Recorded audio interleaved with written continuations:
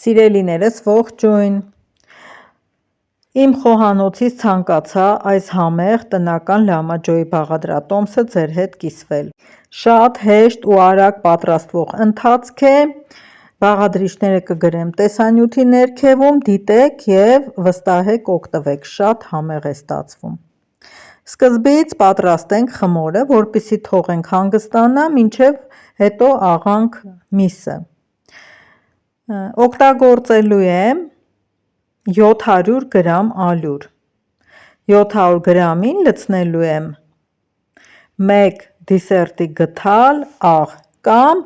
1 թեյի գդալ ու մի քիչ աղ, ավելացնելու եմ հենց ծորակից վերցրած սառը ջուր, ուրիշ ոչինչ չեմ ավելացնում, ամանի մեջ կխառնեմ, երբ խմորը հավաքվի,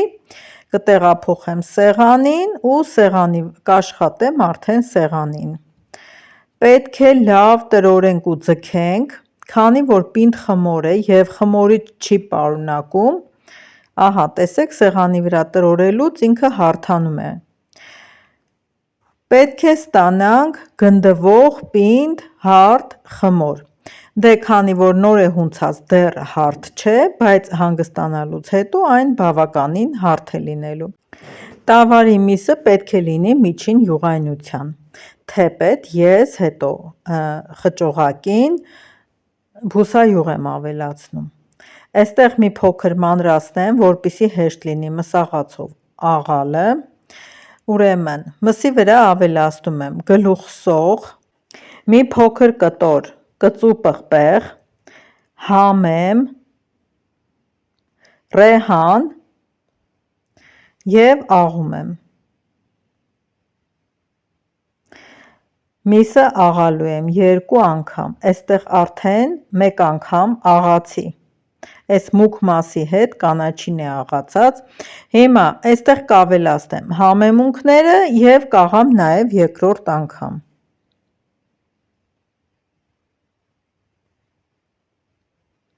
Կարմիր պղպեղ, սև պղպեղ, մի փոքր էլ աղ։ Եթե սխտորի փոշի ունեք, կարող եք սխտորի փոշի էլ ավելացնել։ Հիմա այսպես լավ խառնում եմ, որպեսզի բոլոր բաղադրիչները խառնվեն իրար ու աղամ երկրորդ անգամ։ Երկրորդ անգամ աղալուց ավելացնում եմ նաև սխտորը, թարմը սխտոր էլ եմ լցնում և տոմատի մածուկը։ Սիրելիներս, որպեսզի խմորի վրայից միսը չքաշվի, պարտադիր ավելացնում ենք այսքան մսին, այստեղ 1 կգ միս է, ավելացնում ենք մի 3 ճաշի գդալ ալյուր և այնքան ջուր, որ ստացվի քսովի զանգված։ Այստեղ դեռ թույլ է, հիմա մի քիչ որ մնա հանգստանա, մինչև խմորը բացեմ, դրանից հետո ես նորից մի փոքր ջուր կավելացնեմ, մի սուրճի բաժակի չափով։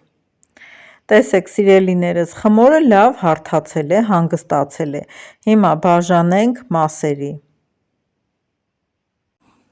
Լահմաջոյի խմորը ինչքան բարակ լինի, այդքան համեղ է ստացվում։ Ընկույզից մեծ, ձվից փոքր չափի խմոր եմ պատրաստելու, չեմ կշռել, որ ստույգ չափը ասեմ, որովհետև դա կարևոր չէ։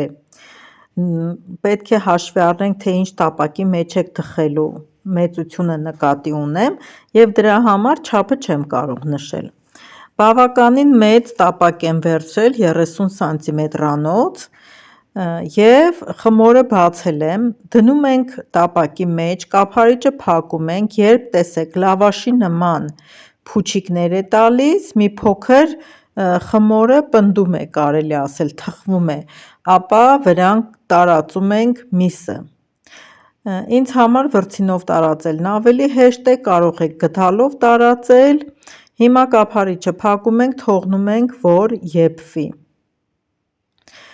Այդ ընթացքում, եթե ուշադիր լինեք, նույնիսկ վրայի միսը եռում է, հաստատ թխված է, հաստատ եփված է։ Այստեղ ես վերցնելու եմ տարբեր աստիճանի կարմրած լամաջոներ, ամուսինս շատ մուգ է սիրում, երեխեքը սիրում են, որ լավաշի գույնը բաց է լինում։ Դե ըստ ցանկության, արդեն ինչպես կցանկանաք, այդպես թխեք։ Շատ հարմար է, երբ այսպես ծալած ենք անում, ես այդպես եմ սիրում։ Եթե կլոր ենք անում, ապա հաջորդ շերտը պետք է վրան ծալենք, լինում են դեպքեր, որ միսը լոշիկի վրայից թափվում է, իսկ այսպես ծալած վիճակում նույնիսկ ուտելն է հաճելի։ Սիրելիներս, ով ինչով ուզում է թող մատուցի։ Մարդ կա օգտագործում է կիտրոնի հյութը, մենք չենք օգտագործում, մենք սիրում ենք, երբ մատուցում եմ թանով կամ տոմատի հյութով։ Դե ըստ ճաշակի։ Պատրաստման եղանակը ձեզ փոխանցեցի, կիսվեք, ձեր էջերում պահպանեք, վստահեք և պատրաստեք։ Անչափ շնորհակալ եմ, որ դիտում էիք, կհանդիպենք հաջորդ տեսանյութում։